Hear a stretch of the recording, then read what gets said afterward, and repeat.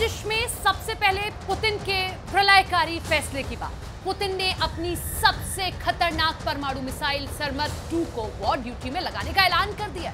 इस ऐलान के बाद यूक्रेन समेत यूरोप के कई देशों की धड़कनें बहुत ज्यादा बढ़ गई हैं, क्योंकि ये रूस का ऐसा हथियार है जिसकी काट किसी भी देश के पास नहीं है। रूस की ये मिसाइल सिर्फ 6 मिनट में ब्रिटेन को खाक में मिला सकती है। इतना ही नहीं, एक बार में पूरे 15 परमाणु बमों से हमला करने की क्षमता रखती है।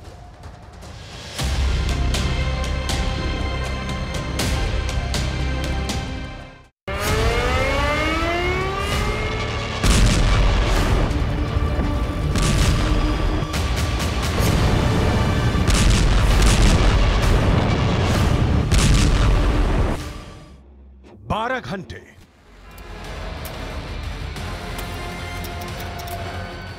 24 घंटे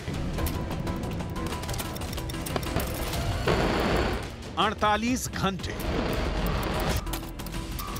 या फिर 72 घंटे के अंदर क्या बहुत बड़ा युद्ध होने वाला है?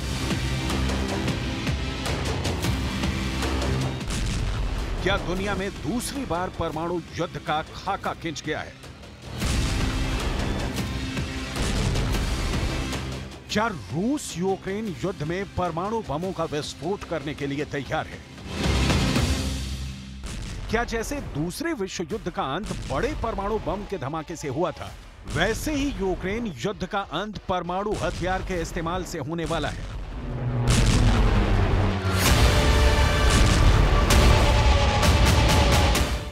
यूक्रेन युद्ध के इस पड़ाव पर पुतिन ने बहुत बड़ा फैसला किया है। पुतिन ने अपने सबसे बड़े हथियार को युद्ध में उतारने का फैसला कर लिया है। पुतिन ने अपने उस शैतान को वॉर ड्यूटी पर लगा दिया है जिससे अमेरिका खौफ खाता है। यह रूस का एक ऐसा परमाणु हथियार है जो एक ही हमले में ब्रिटेन को डुबा सकता है, क्योंकि रूस का दावा है कि यह ऐसा परमाणु हथियार है जिसकी लंबाई 116 फीट है, जो करीब 14 मंजिला टावर की ऊंचाई के बराबर है। ऐसे में इसका इस्तेमाल रूस ने यूक्रेन के खिलाफ कर दिया तो धरती से उसका नामो निशान मिट सकता है। दावा किया गया है कि पुतिन ने अपने सबसे खतरनाक परमाणु मिसाइल सरमत 2 को जल्द तैनात करने का ऐलान कर दिया, जिसके बाद यूक्रेन समेत यूरोप के कई देशों की धड़कनें बढ़ गईं। पुतिन पहले ही खुल्लम खुल्ला बोल चुके हैं कि रूस के अस्तित्व पर खतरा आया तो परमाणु बम इस्तेमाल नहीं होगा, इसकी कोई गारंटी नहीं दी जा सकती। पुतिन का गुस्सा जलाकर राख कर देगा। ये बात बाइडेन भी जानते हैं, मैक्रो भी जानते हैं, ब्रिटेन के सुनक भी जानते हैं, यहाँ तक कि खुद ज़ेलेंस्की भी जानते हैं। पुतिन की परमाणु कमांड इस वक्त पूरी तरह से एक्टिव है। वो अपने तमाम खतरनाक न्यूक्लियर हथियारों और उनके डिलीवरी सिस्टम को पूरी तरह परख चुके हैं और अब रूसी अंतरिक्ष एजेंसी के प्रमुख यूरी बोरिसोव ने चौंकाने वाला दावा कर दिया है। यूरी बोरिसोव ने दावा किया है कि सरमत रणनीतिक परिसर को युद्ध ड्यूटी पर रखा गया है। इस हथियार को हजारों मील दूर अमेरिका और यूरोप के देशों में परमाणु हमला करने के लिए डिजाइन किया गया है। यानी यूक्रेन युद्ध के इस पड़ाव पर पुतिन ने अपनी सबसे खतरनाक परमाणु मिसाइल सरमत 2 को युद्ध मैदान में उतारने के लिए ग्रीन सिग्नल दे दिया है। पुतिन का यह फैसला यूक्रेन समेत यूरोप के कई देशों की धड़कनें बढ़ाने वाला है, क्योंकि यह पुतिन की वो मिसाइल है जो अगर एक बार चल जाए तो फिर भयंकर तबाही से कोई नहीं बचा सकता। रूस तो ये दावा भी करता है कि सरमत 2 के एक प्रहार से ही ब्रिटेन और फ्रांस जैसे देश दुनिया के नक्शे से मिट जाएंगे, क्योंकि इस बैलिस्टिक मिसाइल की रेंज में दुनिया का हर कोना है। रूस का दावा है कि सरमत 2 ब्रिटेन को सिर्फ 6 मिनट में खाक में बदल सकता है। रूस कई बार इस हथियार से अपने दुश्मनों को डराने की कोशिश कर चुका है, लेकिन इस बार तो रूस ने खुलकर कह दिया कि सरमत 2 मिसाइल सेना में तैनात होने के लिए तैयार है। यानी तब ये घातक मिसाइल अपने दुश्मनों पर हमला करने के लिए पूरी तरह तैयार होगी। पुतिन के इसी ऐलान ने यूक्रेन और पश्चिम देशों में परमाणु युद्ध की दहशत फैला दी है, क्योंकि इन देशों को भी पता है कि उनके पास इसका कोई तोड़ नहीं है। यही वजह है कि पश्चिम देश इस मिसाइल को शैतान कहते हैं। सरमत 2 मिसाइल की स्पीड 25,000 किलोमीटर प्रति घंटा से भी ज्यादा है। इसकी रेंज 18,000 किलोमीटर है, यानी ये इतनी दूरी तक वार कर सकती है। इसकी सबसे बड़ी खासियत यह है कि यह मिसाइल एक साथ 15 परमाणु बमों को दाग सकती है। इसी वजह से पश्चिमी देश इसे शैतान कहते हैं, जिसके एक प्रहार से ब्रिटेन और फ्रांस जैसे देश एक झटके में खत्म हो जाएंगे। यूक्रेन युद्ध में कई बार ऐसे मौके आए जब लगा कि रूस और यूक्रेन का युद्ध अब परमाणु जंग में बदलने वाला है। ये खतरा अब तक बरकरार है, क्योंकि अगर ऐसा हुआ तो तबाही पूरी दुनिया में होगी और तभी से पश्चिमी देशों के लिए सरमत 2 मिसाइल खौफ का दूसरा नाम बन चुकी है। रूस में छोटे बड़े सभी तरह के परमाणु बम तैनात हैं। रूस के परमाणु बम बेलारूस में एक्टिव हो गए। रूस के टैक्टिकल न्यूक्लियर बम क्राइमिया में लगे हुए हैं। रूस के परमाणु हथियार काला सागर में मौजूद हैं। रूस के परमाणु बम बाल्टिक सागर में भी होने का दावा है। रूस की तरह ही कलिनिंग्राद में भी छोटे बड़े सभी तरह के परमाणु हथियार लगे हुए हैं। अगर अपने इस न्यूक्लियर गेम को पुतिन ने अंजाम तक पहुंचाया तो पूरे यूरोप का गेम ओवर हो सकता है।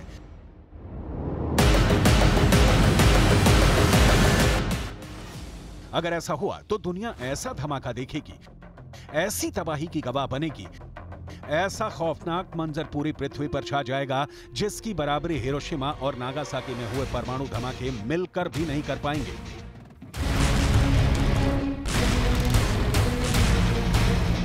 क्योंकि यूक्रेन में चल रहे युद्ध के बीच बेलारूस से खबर बहुत टेंशन देने वाली है।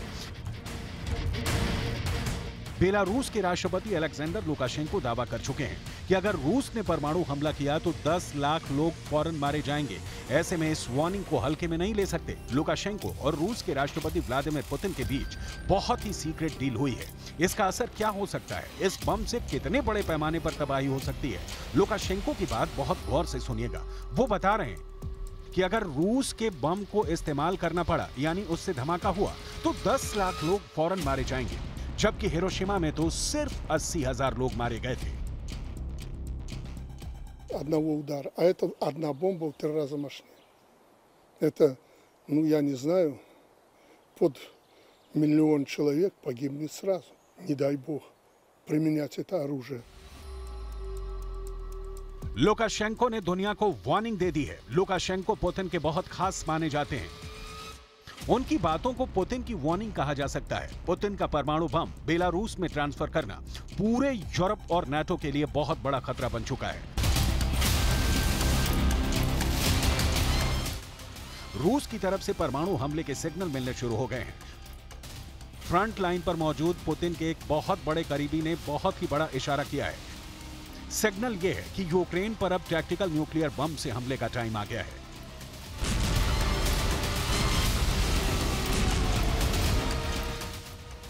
रूस के पूर्व उप प्रधानमंत्री दिमित्री रोगोजिन ने बहुत बड़े खतरे की तरफ इशारा किया है। दिमित्री रोगोजिन का कहना है कि पुतिन के पास अब यूक्रेन में टैक्टिकल न्यूक्लियर हथियारों के इस्तेमाल करने के अलावा कोई विकल्प नहीं बचा है। Но в целом надо сказать, что в соответствии с нашей доктриной мы имеем полное право на применение тактического ядерного оружия, потому что как раз оно для этого и существует, этот великий уравнитель, для того момента, когда явное будет несоответствие в силах и средствах обычных вооружений в пользу противника. Поэтому наилучшим методом для того, чтобы разрушить его наступление, применить ТЯО с понятными, конечно, последствиями. Но другого варианта, мне кажется, на сегодняшний момент и нет. सेना की वर्दी पहने और हाथ में असॉल्ट AK-47 लिए दिमित्री रोगोजिन कोई आम शख्स नहीं है।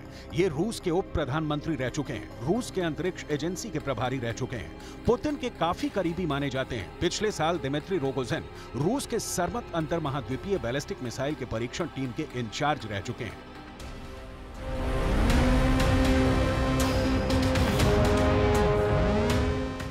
ऐसे शख्स का यह कहना कि रूस को अब टैक्टिकल न्यूक्लियर हथियारों से हमला करना ही होगा, बहुत बड़े खतरे का अलार्म बजा रहा है।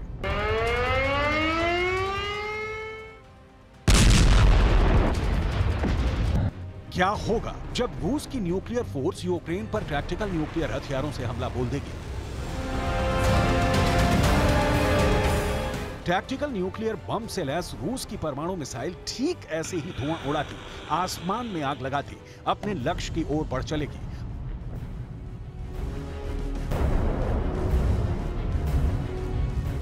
परमाणु बम से लैस मिसाइल जहां गिरेगी वहां सर्वनाश का शोर गूंज उठेगा।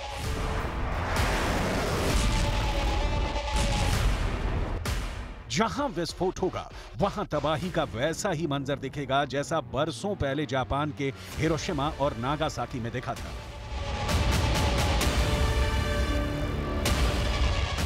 अब सवाल उठता है, रूस अगर यूक्रेन पर टैक्टिकल न्यूक्लियर हथियारों से हमला करेगा तो कहां से करेगा?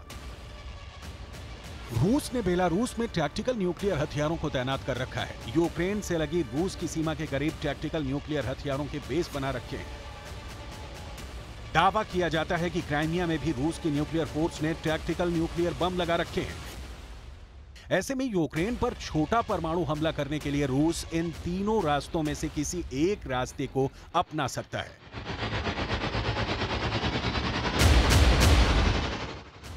युद्ध की शुरुआत से ही रूस बार बार अपने परमाणु हथियारों की धमकी इसलिए दे रहा है क्योंकि वो दुनिया में परमाणु हथियारों का सबसे बड़ा मालिक है। रूस का टैक्टिकल न्यूक्लियर बम जहां भी गिरेगा वहां विध्वंस बड़े परमाणु बम की तरह ही करेगा। ठीक वैसी ही आग बरसेगी, ठीक वैसे ही रेडिएशन फैलेगा, लेकिन बड़े परमाणु बम के मुकाबले टैक्टिकल न्यूक्लियर बम की रेंज कम होगी।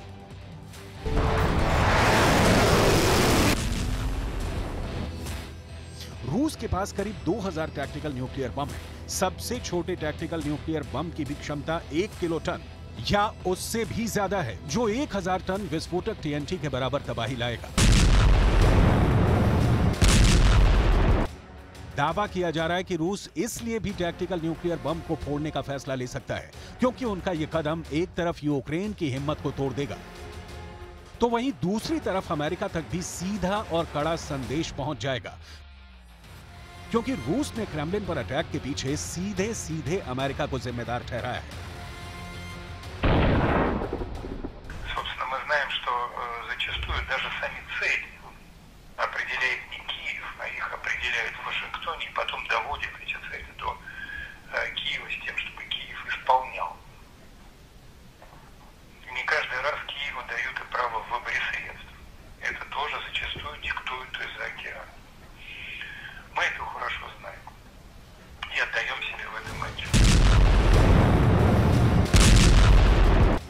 परमाणु हथियारों से युद्ध के लिए रूस की तैयारी कितनी पूरी है, इसे उसके नए मूवमेंट से समझ सकते हैं।